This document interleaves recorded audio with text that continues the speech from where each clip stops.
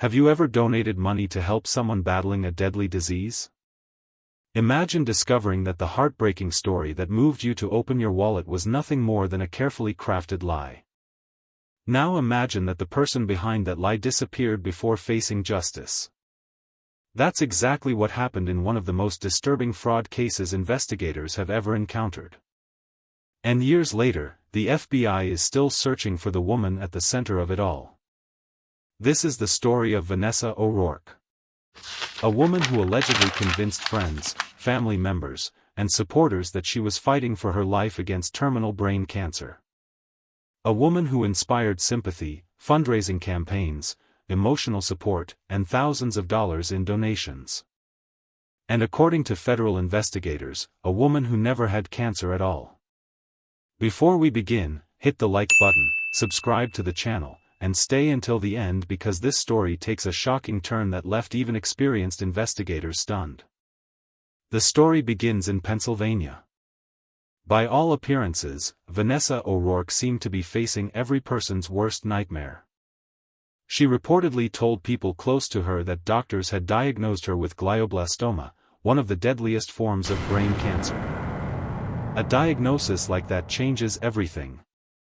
The disease is known for its aggressive nature and devastating prognosis. When friends and relatives heard the news, they reacted exactly how most people would. They wanted to help. They offered emotional support.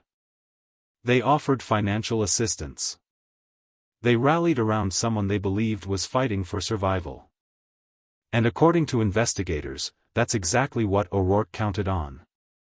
Authorities say she told loved ones that traditional treatments weren't enough. She claimed she needed access to a special experimental medical procedure available in Australia. The treatment, she allegedly explained, offered hope where conventional medicine could not. But there was one problem. It would cost a lot of money. So donations started flowing in. Family members contributed. Friends contributed. Supporters organized fundraising efforts. People opened their hearts because they believed they were helping save a life. Every dollar represented trust. Every donation represented compassion.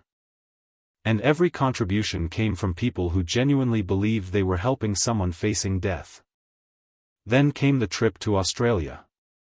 For many supporters, this journey represented hope. This was supposed to be the moment she received the treatment that could change everything. But according to federal investigators, something very different happened. Authorities allege that after arriving in Australia, O'Rourke never received any cancer treatment whatsoever. Instead, investigators say she spent her time participating in various leisure activities. No experimental procedure. No life-saving medical intervention. No treatment for terminal cancer. Because according to investigators, there was no terminal cancer. Yet when she returned home, the fundraising didn't stop. In fact, supporters reportedly worked even harder. Websites were launched. Fundraisers were organized. Community members continued contributing money. Many believed they were helping a woman courageously battling a devastating illness. The emotional power of the story made people want to help. After all, who wouldn't want to support someone fighting for their life? Then investigators say something remarkable happened. She allegedly traveled to Australia again. A second trip. Another opportunity for treatment. Another chapter in what supporters believed was a desperate medical battle.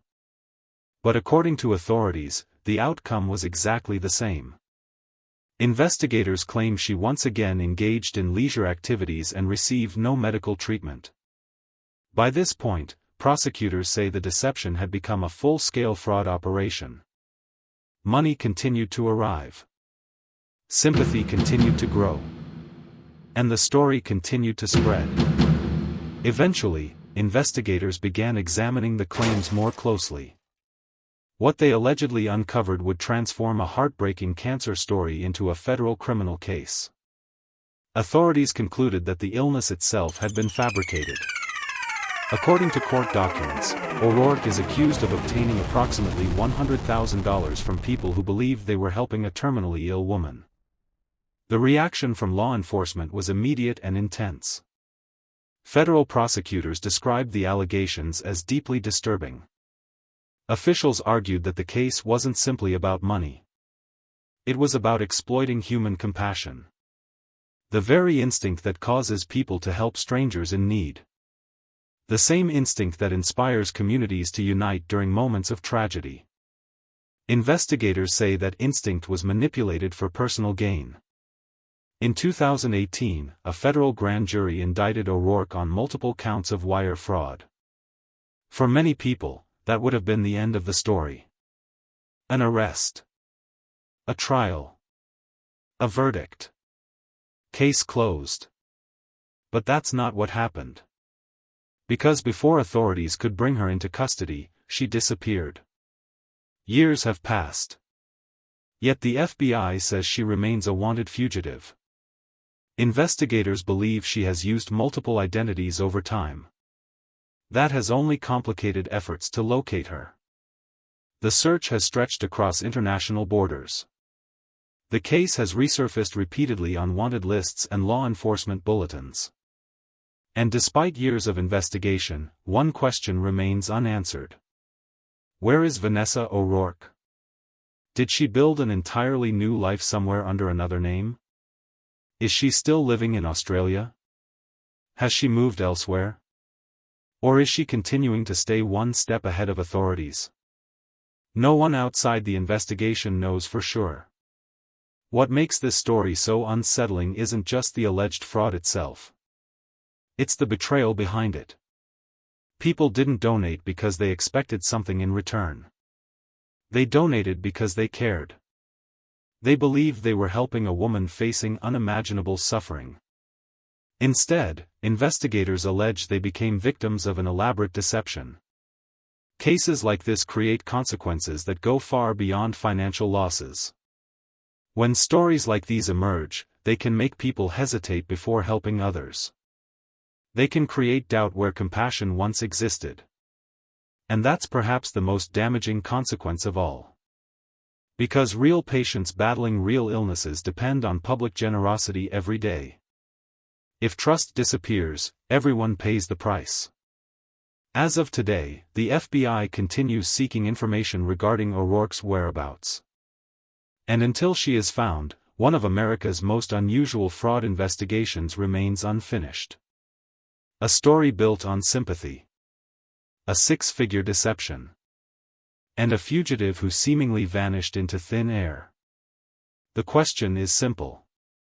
If someone could convince an entire community that they were dying, what else could they convince people to believe? And more importantly, where are they now?